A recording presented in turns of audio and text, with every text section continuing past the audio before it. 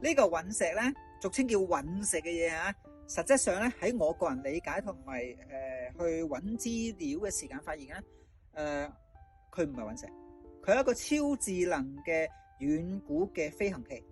其實佢飛過嚟呢邊咧，目的都係為咗希望我哋呢個太陽係重新調校去到一個更高維度嘅一個頻率，或者叫一個平衡世界啦。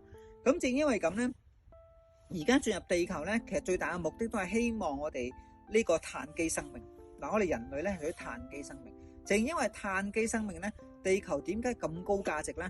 在座嘅可能睇住我呢個講緊呢番説話嘅人，每一個你知唔知你哋係幾咁超乎想像嘅豐盛、偉大，而且係好寶貴、好有喺宇宙嚟講咧，你哋係屬於一個高價值嘅文明。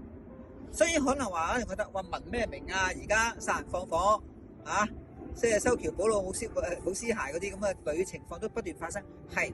但係問題就係話，正因為就係講翻呢個問題就係碳基生命，就係因為我哋嘅碳基生命承載咗呢個靈魂。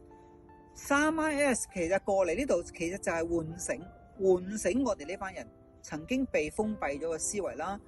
我哋被點講啊？即係被封印咗嘅舊有嘅意識，或者叫舊有嘅能力，重新喚醒。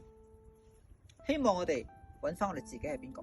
咁好老實啦，揾翻我哋自己用邊個同個飛船有咩拉更啊咁樣，其實係有嘅，因為我哋本身都係宇宙嘅一員。